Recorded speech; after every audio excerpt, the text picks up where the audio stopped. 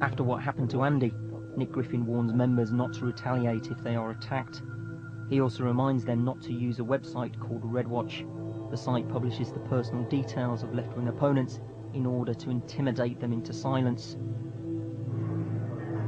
Andy introduces me to Mark Collett, the man widely tipped to become a future leader of the BNP. When council candidate Dave Midgley asks him about the Redwatch site, Collett doesn't quite toe the party line.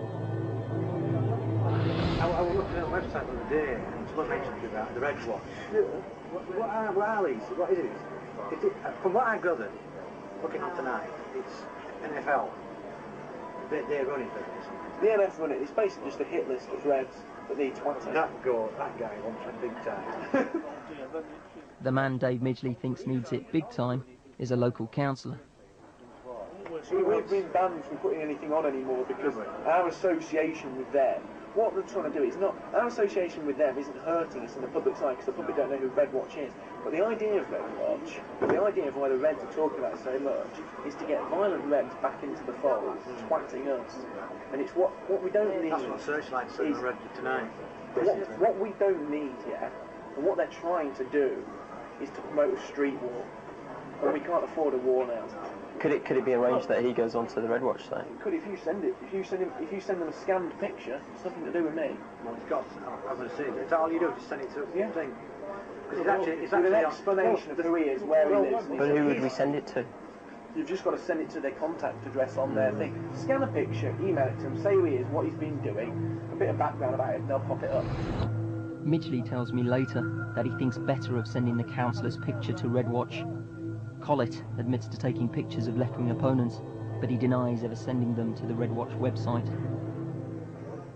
The real target of his visit was outside the British National Party. The mainstream parties used the North West to plug into the threat posed by the BNP. Mr. Howard told his audience of Tory supporters it was time to confront them. Let's not mince our words. The policies of the British National Party are based on bigotry and hatred. They are utterly alien to our political traditions. The answer doesn't lie with a bunch of thugs dressed up as a political party. 2 weeks later, I'm in Burnley, where the former leader of the BNP, John Tyndall, is speaking at a party meeting. Very recently, Burnley had the dubious honour of a visit from Mr. Michael Heck, otherwise known as Michael Howard. Mr. Heck, Howard, goes on to say, the policies of the British National Party are based on bigotry and hatred. Its approach is entirely alien to our political traditions. As for alien, Mr. Howard says, alien to our, and I underline our, political traditions. Who is Mr. Howard speaking of when he talks about our? Who is Mr. Howard speaking of when he talks about, uses the word alien? How far do Mr. Howard's roots in this country of ours go back? His father and mother came here as Jewish immigrants from Romania in the late 1930s. This interloper, this immigrant or son of immigrants, who has no roots at all in Britain, has the effrontery to talk to us about what is alien. It is not the BNP that is alien. I'm appalled to hear such rampant anti-Semitism in modern Britain, but from Tyndall it's no surprise, given his past in the National Socialist movement.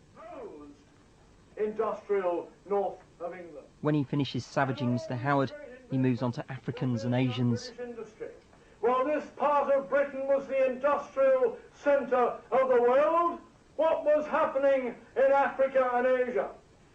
The people there were squatting for century upon century upon century on the ground of Africa, and what did they produce apart from black magic, witchcraft, voodoo, cannibalism, and AIDS?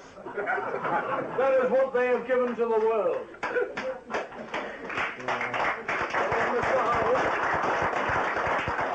and nationalism will come to the fore. Nationalism will come to victory in this country, and we will build again a country that is great, strong, proud, free, and white.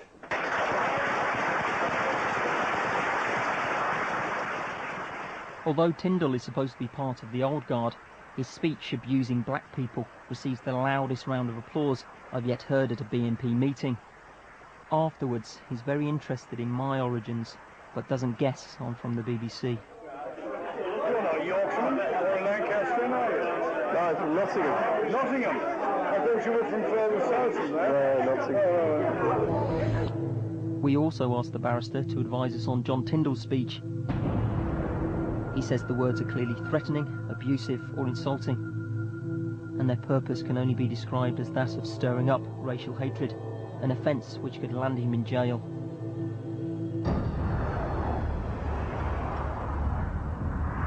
Steve Barkham invites me on a night out. By 10 o'clock we've all had a few drinks. We try to get into a club, but as a group of lads we're refused entry. Won't let groups of more than 3 lads in. You don't like the fucking look of you either. Racist place this, mate. Newspaper tomorrow.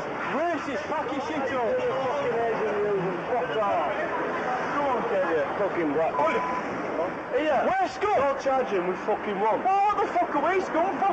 That's our country. We fucking belong here. We fucking belong here.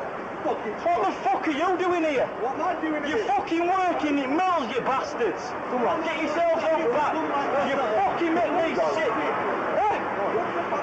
Packy! Packy! For the sake of it, your mum's a black bitch! Your mum's a black bitch, that's why you're fucking black! Have a bit of pride in your fucking nation!